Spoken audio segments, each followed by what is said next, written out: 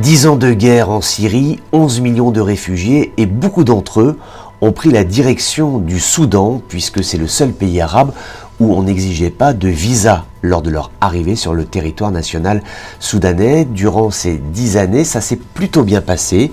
Les réfugiés syriens ont pu ouvrir des entreprises, ils ont pu intégrer le tissu administratif soudanais.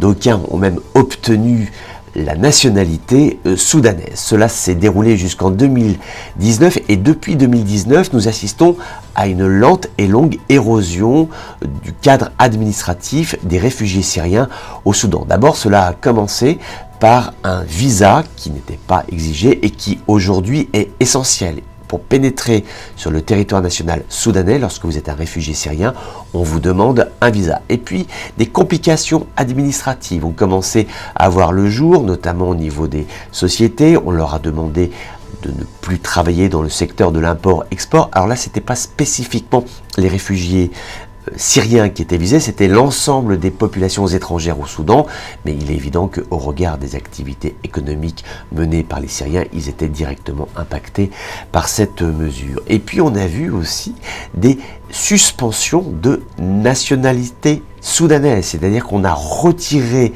des passeport soudanais à des réfugiés syriens, estimant que ceci n'avait pas été acquis dans la stricte légalité, ou en tout cas un certain pointillisme administratif a fait que ces personnes, elles sont quand même plus de 3500, se sont vues retirer leur passeport soudanais.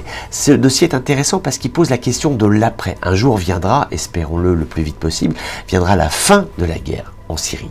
Que vont devenir ces réfugiés qui sont actuellement au Soudan? Est-ce que les autorités de transition au Soudan vont les garder sur le territoire national? Ils vont accepter qu'ils restent au sein du tissu économique soudanais? Ou bien est-ce qu'ils vont exiger le départ de ces réfugiés syriens? On n'a pas exactement de chiffres. Bon, ça va entre 100 000 et 250 000, voire plus. Donc une population qui est tout de même très importante. Que vont-ils devenir? Aujourd'hui, c'est un véritable point d'interrogation.